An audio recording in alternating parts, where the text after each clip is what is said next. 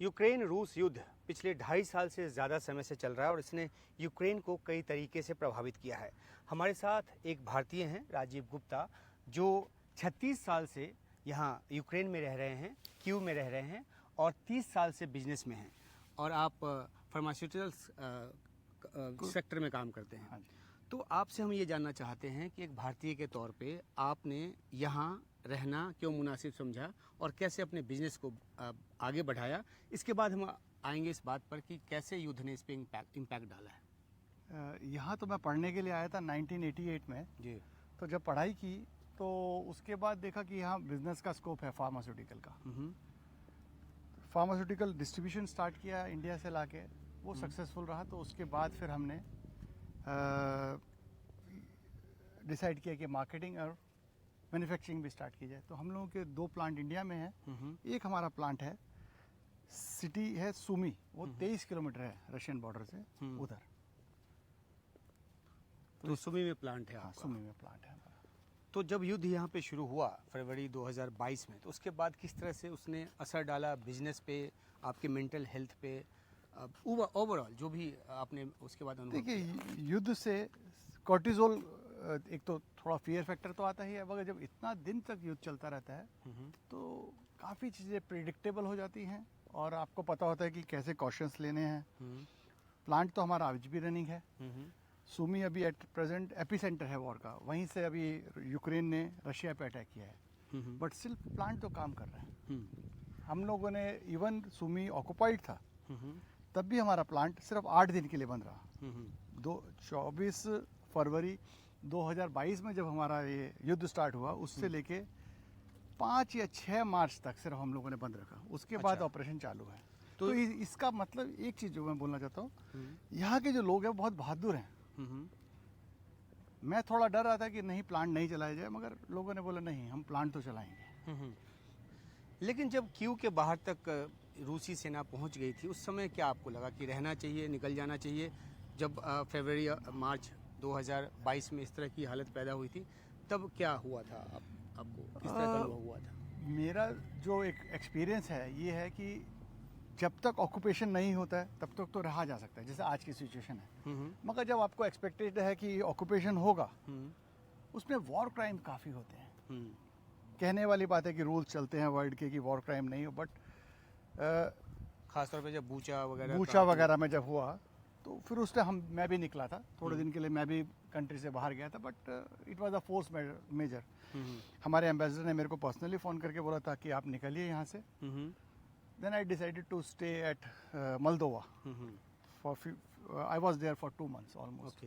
उसके बाद वापस आ गया था मैं। तो आपकी जो कंपनी है कुसुम, जो कि आपने अपनी माँ के नाम पे रखा हुआ है, जो जानकारी मिली है, बिल्कुल ठीक है, ऑलमोस्ट 40-50% आपका मार्केट शेयर है यहाँ पे। 50 तो नहीं है, करीब अगर इंडियन ब्रांड्स देखेंगे तो 40% मार्केट होगा फार्मास्यूटिकल का। तो एक बड़ा चंक है आपके पास मार्केट का। तो वॉर से किस तरह से वो इम्पैक्ट हुआ है? क्या उसके बाद ये क्योंकि वॉर में बहुत सारे लोग घायल होते हैं, बहुत सारे जो लोग हैं उन पे अलग अलग तरह से असर पड़ता है, तो क्या इम्पैक्ट किस तरह से पड़ा है वॉर? देखिए, सबसे पहला इम्पैक्ट तो पड़ता है सप्लाई चेन पे, क्योंकि क्या है कि अभी एयर से या सी से डायरेक्ट तो यूक्रेन कुछ नहीं आ सकता है। तो हमारा जो लीड पीरियड है वो बढ़ गया है। प्लस जब सायरन आता है, अलर्ट आते हैं, उस टाइम प्रोडक्शन रोकना पड़ता है हमको। प्लस अभी इजराइल गाजा वॉर से रूट और लंबा हो गया है, तो सप्लाई चेन बहुत बढ़ गया है। ये एक तो दिक्कत आती है। दूसरे सैंक्शंस के भी असर पड़े होंगे। देखिए, सैंक्शंस का क्या होता है कि सैंक्शंस के प्लस एंड माइनस दोनों हैं। किस तरीके से इम्प्लीमेंट किया जाए उस पर डिपेंड करता है। मैं आपको एक छोटा सा एक एग्जांपल देता हूँ। हमारे पास 2-3 कंपनियां हैं यहाँ। तो एक कंपनी जो सुमी में है, उसमें हमारे वॉर से पहले एक रशियन पार्टनर थे जो यूक्रेनियन है, बट उनका पासपोर्ट रशियन था। अब हमारी किस्मत अच्छी है कि हमने वॉर से पहले वो खरीद ली थी, उनके शेयर भी, बट स्टिल हमारे अकाउंट फ्रीज कर दिए गए थे वॉर के बाद बिकॉज ऑफ सैंक्शंस। उसके बाद काफ़ी इंटेरोगेशन किया गया मेरे से, हैरस नहीं किया, मैं नहीं बोल सकता कि हैरस किया किसी ने मेरे को, बट ठीक है, उसके डिफ्रीज भी किए अकाउंट, कोर्ट में चल रहा है केस, होप कि सब ठीक होगा, बट सैंक्शंस का मिसयूज भी होता है। आपको लगता है कि मतलब इस तरह से मिसयूज होता है जिसका असर आपके बिजनेस पे पड़ता है? इन्वेस्टमेंट क्लाइमेट पे तो फर्क पड़ता है। मैं ये नहीं बोल सकता किसी ने जानबूझ के मेरे को हमको तंग करने के लिए किया, वो मैं नहीं बोल सकता हूँ, बट हाँ इम्पैक्ट तो पड़ता है। क्योंकि अगर कंपनी में अगर सैंक्शन है तो अल्टीमेटली लॉस तो लोगों को है, एम्प्लॉयज को है, वो काम नहीं कर सकते ना। अगर अकाउंट फ्रीज है तो अब कैसे काम करेंगे? तो अच्छा, यहाँ पे जो इंडियन डायस्पोरा है वो उसकी तादाद कितनी है, कितने लोग हैं भारतीय? देखिए पहले जो थे वॉर से पहले 20,000 स्टूडेंट्स थे और बाकी इंडियन मिला के कुल होंगे 500। तो बहुत ज्यादा आबादी कभी भी नहीं रही। जो चले गए थे वापस फिर से देखिए कितने आ स्टूडेंट्स गए? तो नहीं होंगे, बाकी मिला के 200 इंडियन होंगे यूक्रेन में भी। स्टूडेंट्स को तो अगर हम नहीं काउंट करें, वो हाँ 1100 के आसपास या 1000 के आसपास स्टूडेंट्स जो हैं यहाँ पे फिर से आ गए हैं, ऐसा जो है सरकारी आंकड़ा कहता है। लेकिन खैर जब ये वॉर शुरू हुआ और यहाँ से बच्चों को निकाला जाने लगा, उस समय के सिचुएशन के बारे में कुछ अगर आप अनुभव साझा करें? देखिए सुमी के अंदर का मैं ज़्यादा बता सकता हूँ आपको। हाँ सुमी से ही तो वो तो सुमी main से, epicenter। क्योंकि सुमी के अंदर करीब 750 बच्चे थे। अब वो लोगों को प्रॉब्लम क्या था कि हमारा जो सुमी जो था ये एनसर्कल्ड कर लिया था रशियन सोल्जर्स ने। तो I was in constant touch with the plant as well as with Indian mission. तो हम लोग जो कर सकते थे उनको water supply, food supply, consolation उनका। और दूसरा एक सबसे इम्पोर्टेंट ये था कि इंडियन मिशन के साथ मैं कोऑर्डिनेशन कर रहा था along with governor of Sumy कि इनका इवैक्यूएशन प्लान कैसे करना है। तो वो एक इम्पॉर्टेंट पॉइंट था कि निकाल के लेके जाना है बच्चों को, सेफ्टी देखनी है उनकी। तो उसमें भी आपका योगदान रहा? कोऑर्डिनेशन में जरूर रहा, और जो हम सप्लाई कर सकते थे फूड, देखिए अकेले आदमी कुछ नहीं कर सकता है, मिल के ही काम होते हैं सारे। तो जो हमको नॉलेज थी, जोग्राफिकल नॉलेज हमारी अच्छी है सुमी की, यूक्रेन की, इंडियन मिशन को जो हेल्प चाहिए थी हम मना नहीं करेंगे उस चीज़ के लिए। अच्छा, ये आपके पार्क में चलते चलते ये नजर आया, इसका क्या मतलब? ये जो 2 बच्चे हैं, हाँ, ये हमारा स्टैचू है कुसुम का। अच्छा ये आपका स्टैचू है। हाँ। इसके जरिए क्या संदेश देना चाहते हैं? सब खुश रहे, सबसे पहली चीज़ तो यही है। बच्चे तो हाँ उनको उनके ऊपर कोई आँच ना आए, ये बात। तो एक आखिरी सवाल चलते चलते कि अभी जो सिचुएशन है, क्योंकि इतना लंबा वॉर जो है वो खिंच गया, क्या आपको कोई गुंजाइश नज़र आती है? क्योंकि आप यहाँ रह रहे हैं, अलग अलग महकमे से आपका इंटरेक्शन होता है अलग अलग लेवल पे, आपको क्या सेंस मिल रहा है कि क्या जो रूस की स्ट्रेटजी है या फिर यूक्रेन की स्ट्रेटजी है, क्या आगे चलकर कुछ सूरत हाल ऐसी नज़र आए कि दोनों थक के कम से कम बैठेंगे कि भैया बहुत होगी जंग, अब टेबल पे बैठ के बात करते हैं? बहुत बहुत मुश्किल का सवाल है, इसका जवाब देना बहुत ही तकलीफ वाला है, क्योंकि इतना नुकसान हो गया है। वॉर से कभी फ़ायदा तो होता नहीं है, जो भी है नुकसान ही होता है। अगर हम देखेंगे तो जो पैसा हॉस्पिटल्स में लग सकता था, एजुकेशन में लग सकता था, या इंफ्रास्ट्रक्चर में लग सकता था, आज की डेट में दोनों देश सिर्फ वॉर इक्विपमेंट में कर रहे हैं।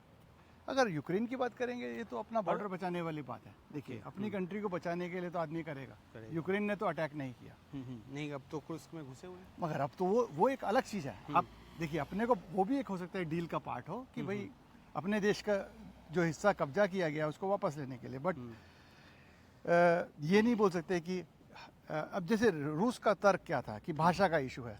अगर आज पूछे मेरे से तो युद्ध से पहले यहाँ का मैक्सिमम आदमी रशियन में बात करता था, मैं भी रशियन में ही बात करता था, यूक्रेन में नहीं करता था।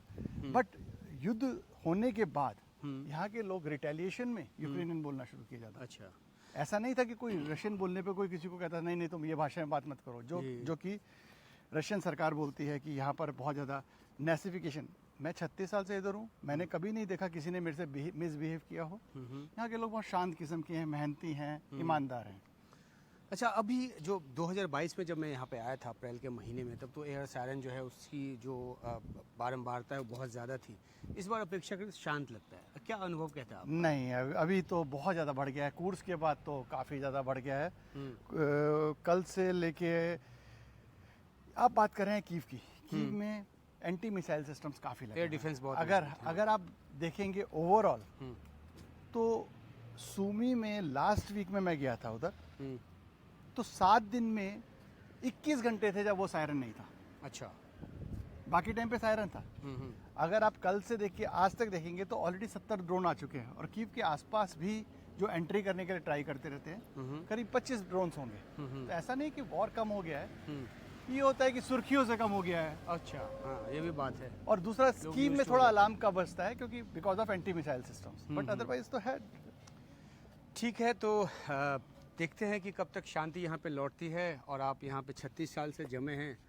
आपको शुभकामनाएं हमारी कि आप जो है वो इसी मजबूती के साथ जमे रहें और युद्ध तो पता नहीं कब ख़त्म होगा, लेकिन जिस तरीके से आप अपने उद्योग के जरिए, अपने बिजनेस के जरिए यहाँ पे लोगों की सेवा कर रहे हैं वो आप करते रहें और थैंक यू। भारत का नाम जो है वो आप रोशन करते रहें। Thank you very much. शुक्रिया।